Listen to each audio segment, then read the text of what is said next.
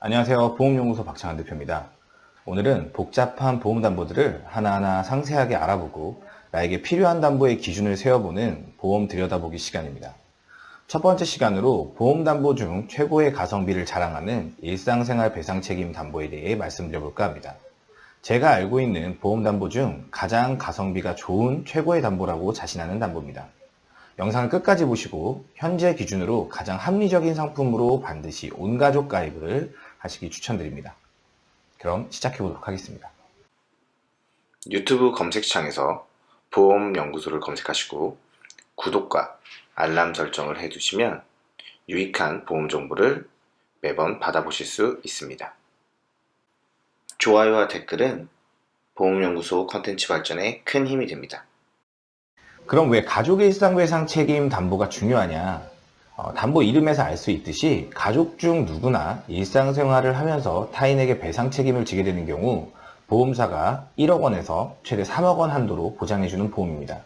그런데 이런 좋은 담보가 나만이 아니라 자녀와 배우자, 가족까지 범위를 확대해서 1,000원 이하의 보험료로 가입이 가능하십니다.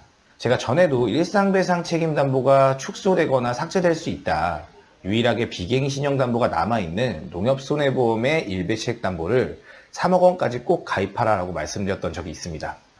그때 제 말을 듣고 농협상품을 가입하셨던 고객님들은 지금 이 영상을 보시면 얼마나 좋은 선택이셨는지 확인하실 수 있을 겁니다. 현재는 전 보험사가 1억 한도로 3년 갱신 담보만 남아 있습니다.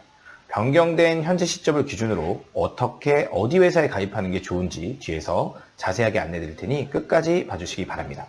일상생활 배상책임 보험이란 제가 만든 자료가 아니라 국가기관이 금융감독원에서 만들어 배포한 금융꿀팁 200선 중 일상생활 배상책임 보험 잘 활용하기 편을 안내해 드리겠습니다. 이론을 먼저 설명드리면 일상생활 배상책임 보험이란 피보험자, 즉 가해자가 타인, 피해자에게 인명 또는 재산상의 피해를 입힘으로써 발생한 법률상 배상 책임에 따른 손해를 보상하는 보험이라고 규정하고 있습니다. 여기서 법률상 배상 책임이란 위법 행위로 인한 타인에게 끼친 손해를 보상하여 손해가 없었던 것과 동일한 상태로 복귀시키는 책임을 말합니다. 단, 고의에 의한 배상 책임은 보상에서 제외됩니다. 쉽게 이야기해서 실수에 의해서 일어난 사고만을 보상한다는 이야기입니다. 폭행사고 등은 보상되지 않습니다. 일상배상 책임은 피보험자의 범위, 즉 누구까지를 보상해주느냐에 따라 세 종류로 나뉘어지게 됩니다. 증권상에 일상생활 배상책임 보험이라고 기재되어 있다면 보상하는 피보험자는 본인과 배우자, 만 13세 미만의 자녀, 본인 또는 배우자의 부모님까지입니다. 여기서 조금 더 피보험자 범위를 확장한 담보가 자녀 배상책임 보험입니다. 이 담보의 피보험자 범위는 본인과 배우자, 보험증권에 기재된 피보험자 본인의 만 30세 이하 미혼자녀입니다. 핵심은 미혼자녀라는 점을 꼭 인식하시기 바랍니다. 마지막으로 우리가 꼭 가입해야 하는 보장 범위가 가장 넓은 가족일상 배상책임보험입니다. 본인과 배우자, 주민등록상 동거친족, 팔족 내 혈족, 사촌 내 인척, 생계를 같이 하는 별거 중인 미혼자녀입니다. 단, 가족관계 증명서 또는 주민등록상 기재되어 있는 동거 중인 친족이어야 합니다. 별거 중인 부모님의 배상 책임은 해당하지 않는다는 점을 꼭 기억하시기 바랍니다. 자, 그럼 세 가지 담보 중 어떤 것을 가입해야 될까요? 당연히 가족일상배상 책임보험을 가입해야 됩니다. 보험료 차이에서 일상배상 책임 보험료가 500원이라면 가족일상배상 책임보험은 1,000원이 되지 않습니다. 많이 하시는 질문 중에 하나가 한 사람만 가입해도 가족이 다 보장받는다면 가족 중 한 사람만 가입하면 되겠네요 라고 물어보시는데 아닙니다. 가족 구성원 모두가 가입하는 게 맞습니다. 자녀도 성인이 되면 가족을 꾸려 분가하게 될 것이고요. 배우자도 사별을 하거나 이혼을 통해서 남이 될 수도 있겠죠. 또 하나의 이유는 자기부담금 때문입니다. 자세한 사항은 뒤에서 다시 설명드리도록 하겠습니다. 일배책에 대해서 가장 많이 궁금해하는 사항이 어떤 부분이 보장이 되느냐, 되지 않느냐가 있습니다. 자, 지금부터 일상배상 책임을 일배책으로 줄여서 이야기하겠습니다. 일배책에서 보상하는 손해는 정말 많습니다. 대표적으로 자전거를 타고 가다가 실수로 넘어져서 길가에 주차되어 있던 자동차를 파손하게 된 경우 피해 차량의 수리비를 보상합니다. 차량이 외제차라면 정말 난감하겠죠. 또 길을 걷다가 실수로 행인의 손을 쳐서 행인의 휴대폰이 바닥에 떨어져서 파손된 경우 휴대폰 수리 비용을 보상합니다. 애완견을 산책시키던 중에 애완견이 지나가던 행인을 물어 다치게 한 경우에도 피해자의 치료비를 보상하게 됩니다.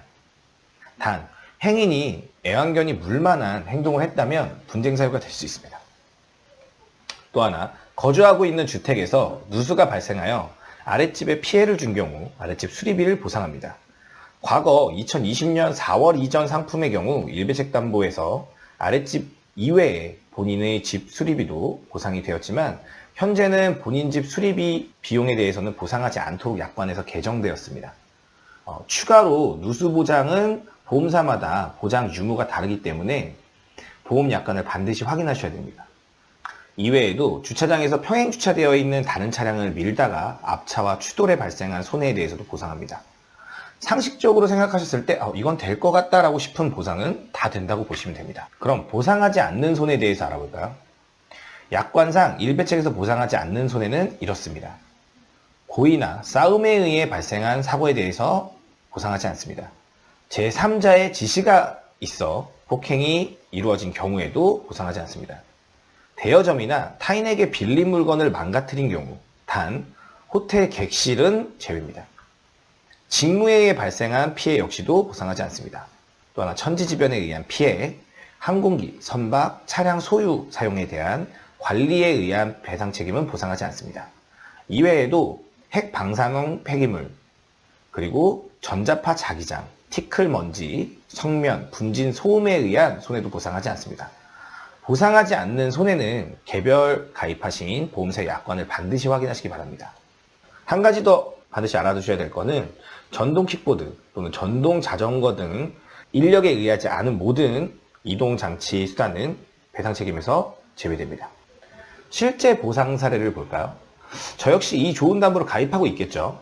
그래서 겨울철에 배관이 동파로 인해서 터져서 아랫집 누수 사고가 있었습니다. 실제로 아랫집 천장과 벽에 물이 누수가 돼서 보상을 해줬고요. 이 비용은 보험사에서 전액 보상해줬습니다. 또한 저희 집 보일러 배관에 대한 공사 비용도 보장을 받았습니다. 그때 당시 보상받았던 내용은 대략 한 200만 원 가까운 돈이었는데요. 자기 부담금도 없이 전액을 무상으로 보장받았습니다. 이제 가입하시는 분들은 본인 집에 대한 수리 비용의 경우 누수 보장이 제외된다는 점 꼭 확인하시고 가입하시기 바랍니다. 또 하나의 사례를 또 들어드리면 저는 지금 5살, 6살 연년생 자녀를 두고 있는데요. 저희 둘째 아들이 분무기로 저희 부모님 LED TV에 물을 분사해가지고 패널이 나가고 메인보드가 타들어간 일이 있었습니다. 보험을 10년 이상 하고 있는 저도 설마 이것도 될까라고 했는데 TV 수리비 전액을 보상받았고요. 자녀를 키우고 있는 부모라면 반드시 알아두시면 유용하게 사용하실 수 있으실 것 같습니다. 누가 가입하는 게 좋은 담보일까요? 일배책 담보를 가입하는 팁을 알려드려야겠죠. 일배책 담보는 가족 일상배상 책임으로 하는 담보를 통해서 가족 구성원 모두가 가입하시는 게 좋습니다. 가족 구성원들이 모두 가입되어 있다면 보장이 가능한 한도가 늘어나는 효과가 됩니다. 4인 가족 기준으로 했을 때 1억 원씩 각각 가입했을 경우 최대 4억 원까지 늘어나는 효과가 나는 거죠. 일배책 보험은 중복 가입 자체가 안 되기 때문에 1인 최대 가입 금액이 1억 원입니다. 4인 가족 모두가 가입했을 때 4억 원 정도 보장 한도가 늘어나게 됩니다. 그러면 4억 원이나 필요하실까? 실제로 쓸 일이 있을까라고 하시겠지만 실제 보생 사례를 좀 더 말씀을 드리면 셀프 세차장에서 세차를 마치고 담배를 한 대 태우신 다음에 담배꽁초를 버리고 집으로 귀가하신 고객님이 계셨어요. 실제로 그 꽁초에 의해서 세차장에서 불이 났고요. 그 세차장이 전손이 됐습니다. 세차장 내에 화재보험이 가입되어 있었지만 CCTV를 통해서 고객에 의해서 화재가 났다는 사실이 확인이 됐기 때문에 배상 책임을 지게 됐습니다. 거의 3억 원 가까운 배상이 이루어졌고요. 이런 부분에 대해서도 한도가 높으면 활용하실 수 있는 부분들이 많다는 거 인지하셨으면 좋겠고요. 일상배상 책임의 체크포인트입니다. 현재 일상생활 배상 책임이 가입되어 있다면 이 네 가지를 꼭 확인하시기 바랍니다. 첫 번째, 가족의 일상 배상 책임으로 가입되어 있는지.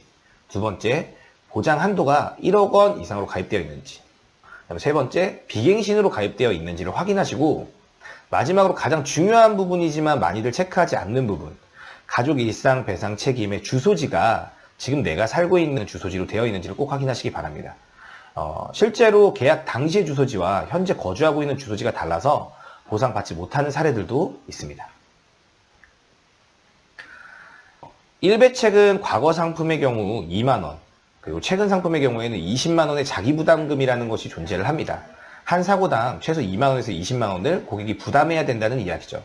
예를 들어 행인의 핸드폰을 떨어뜨려 100만원짜리 핸드폰을 보상해줘야 되는 상황이 발생을 하면 80만원은 보험에서 20만원은 고객이 부담해야 됩니다. 이런 자기부담금을 없애는 방법은 굉장히 간단합니다. 가족 일상 배상 책임을 가족 구성원이 각각 가입하고 있으면 됩니다. 2명만 중복 가입하고 있어도 배상 처리 시 피해 보상을 각 보험사에서 실손 비례 보상하기 때문에 자기부담금이 없어지는 구조입니다. 얼마 전 2020년 3월까지는 국내에서 유일하게 비갱신형 일배책 판매사였던 NH농협이 4월부터 손해율 폭등을 이유로 갱신과 비갱신, 일배책 담보를 전 상품에서 삭제하였습니다. 일배책 담보를 집어넣을 수 없게 된 거죠. 일배책 담보는 현재 3년 갱신으로만 가입 가능하며 일부 보험은 역시 이 상품을 중단했습니다. 기존의 가족의 일상 배상 책임을 비갱신 상품으로 가입하고 계신 분들은 기존 담보를 반드시 유지하시는 게 좋습니다. 가족의 일상 배상 책임이 없으시거나 보장 범위가 작은 고객님의 경우 불가피하게 3년 갱신으로 가입을 하셔야 되는데, 보험사는 고객에게 좋은 담보를 없애거나 축소하는 게 일반적입니다. 그래서 언제가 될지는 모르지만 한시적으로 일배책 담보가 비갱신으로 판매되는 시점이 오시면 꼭 변경하시는 걸 추천드립니다. 담보가 없으신 고객님의 경우에는 가족 일배책 담보로 따로 가입시켜주지 않기 때문에 최소 보험료 10,000원에서 20,000원 정도로 보험을 가입하셔야 됩니다. 가입의 핵심은 이 남은 9,000원, 가족 일배책 담보 1,000원의 담보 이외의 기본 보험료를 채워야 되는 이 9,000원을 일배책 담보만큼이나 고객에게 유리한 담보, 보험사가 축소하거나 삭제할 예정에 있는 후유장애 3% 담보를 가입하시는 걸 추천을 드립니다. 질병 후유장애 3% 담보도 좋지만 가격이 비싸기 때문에 1만 원 안에서 담기는 어렵고요. 그래서 상해 후유장애 3% 담보를 넣는 걸 추천을 드립니다. 상해 후유장애 3% 담보를 활용하는 방법은 다음 영상에서 좀 자세하게 안내를 해드리도록 하겠고요. 보험연구에서 추천하는 상품은 메리츠화재 운전자 보험의 일배책 플랜입니다. 최소 보험료 1만 원에 가족일상 배상 책임 1억, 상해 후유장애 3% 담보를 1억으로 추가해서 집어넣을 수 있고요. 또한 타 보험사에서 보장이 제한돼 누수사고에 대한 본인 집 보장이 가입 가능합니다. 오늘 내용을 정리해드리면 다음과 같습니다. 보험사에서 축소 삭제되고 있는 일상배상 책임 담보를 꼭 가입해라. 가입하실 때는 가족 일상배상 책임 담보로 1억 원까지 맥스로 가입해라. 그리고 가족 구성원 각각이 개별로 가입해라. 그 다음에 기존 비갱신형 담보가 있다면 꼭 유지해라. 신규 가입을 생각한다면 메리츠화재 운전자 보험의 일배책 플러스 상해 후유장애 1만 플랜으로 가입을 하는 게 좋다라는 게 결론입니다. 보험연구소에 믿을 수 있는 보험 전문가와 상담을 원하신다면 동영상 상단에 제목을 클릭하신 후 아래 링크를 통해 보험 양식지에 보험 상담을 신청해 주시면 되고요. 두 번째 방법은 카카오톡 보험 플러스 채널을 통해서 실시간 상담을 진행하실 수 있습니다. 보험연구소는 소비자 입장에서 매달 달라지는 보험사의 상품을 비교 분석해 최고의 상품을 안내해드리고 있습니다. 구독과 좋아요, 알람 설정은 보험연구소 콘텐츠 발전에 큰 힘이 됩니다. 건전한 보험 문화 정착과 보험 컨설팅 산업 발전을 위해 최선을 다하겠습니다. 감사합니다.